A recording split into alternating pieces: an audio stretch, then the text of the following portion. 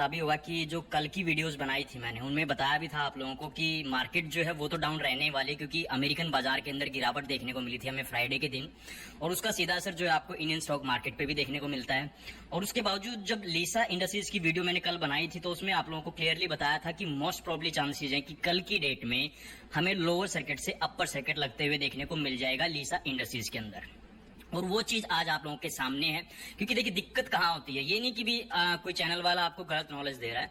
आप क्या करते हैं कि दिक्कत कहाँ जब क्रिएट कहाँ होती है, दिक्कत जब होती है जब आप एक से एक पे भरोसा तो आप लोगों को करना ही पड़ेगा। क्योंकि जो चीज मैंने बताई थी वो आज आप लोगों के सामने है। तो बात करेंगे इस वीडियो के अंदर कि अभी लीसा इंडस्ट्रीज के अंदर आगे चल के क्या हो सकता है, फ्रेश एंट्री लेनी चाहिए या फिर होल्ड करना चाहिए जिन लोगों ने ऊपर के लेवल्स पे खरीद रखा है, या फिर एवरेज करके निकल जाना ज्यादा बेहतर रहेगा।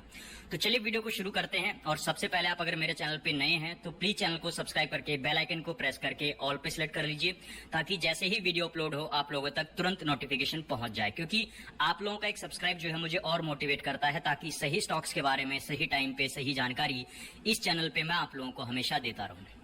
और आप मेरे टेलीग्राम और व्हाट्सएप ग्रुप से अगर जुड़ना चाहते हैं तो उसका लिंक जो है मैं डिस्क्रिप्शन बॉक्स में डाल दूंगा। आप मेरे दोनों ग्रुप से भी जुड़ सकते हैं, अपडेट्स के लिए भी और क्वेरीज के लिए भी। देखिए रिजल्ट जो है वो आज आप लोगों के सामने है। 4.94% का अपर सर्किट लीसा इंडस्ट्रीज के अंदर लग चुका है। 60 पैसे की बढ़त के साथ स्टॉक पहुंच चुका है 12 रुपए 74 पैसे पे।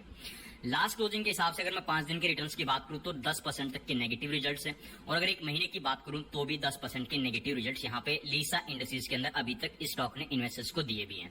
6 महीने की बात करूं तो 118.90%, ऑलमोस्ट 120% तक के रिटर्न 6 महीने के अंदर लीसा इंडस्ट्रीज ने अपने इन्वेस्टर्स को दिए भी हैं। और अगर मैं आज का बाइंग प्रेशर देखूं तो 20,45,039 शेयर्स का ऑटोमेटिक एकदम से, जो सेलिंग प्रेशर कल की डेट में बहुत ही कम था, वो एकदम से बाइंग ऑर्डर्स में कन्वर्ट होकर देखिए 20 लाख के बाइंग क्वांटिटी इस टाइम लीसा इंडस्ट्रीज के अंदर हमें देखने को मिल रही है। वॉल्यूम ट्रेड हुआ 3,20,571 शेयर्स का। तो अब सबसे बड़ा सवाल ये है कि भाई क्या स्टॉक में फ्रेश एंट्री ले सकते हैं? बिल्कुल ले सकते हैं, फ्रेश एंट्री लेना चाहें तो।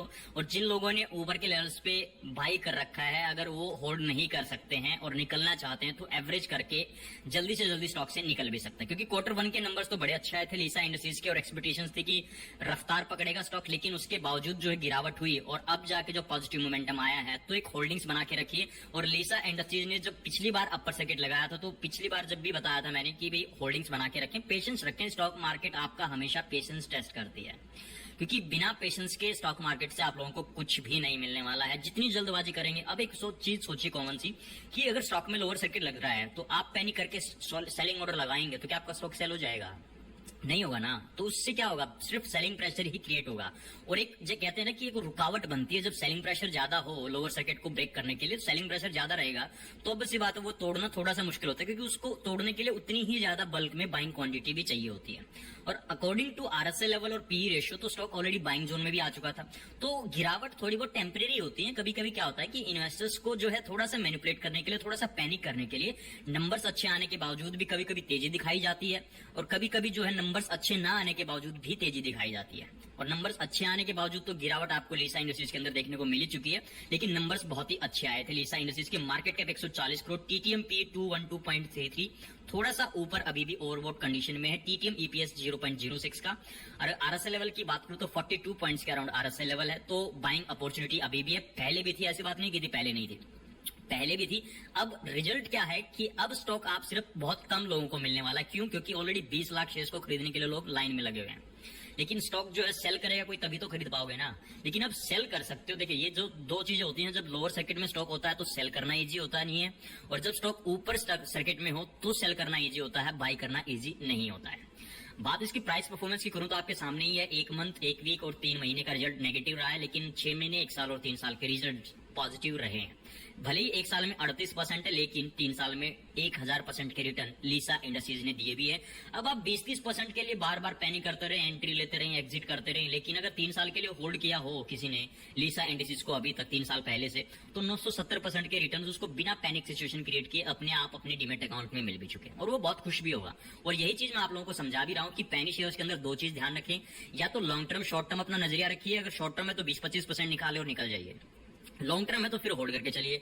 और लॉन्ग टर्म में भी एक और बात है, वो भी बहुत ध्यान रखना जरूरी है कि बल्क में इन्वेस्टमेंट नहीं करनी है पैनी शेयर में, कि कब कौन सी छोटी कंपनी का दिवालिया निकल जाएगा कोई भी नहीं बता सकता है। तो इसलिए जितना रिस्क ले सकते हैं उतनी ही इन्वेस्टमेंट करके पेनी शेयर में आपको कंटिन्यू हमेशा करना पड़ता है।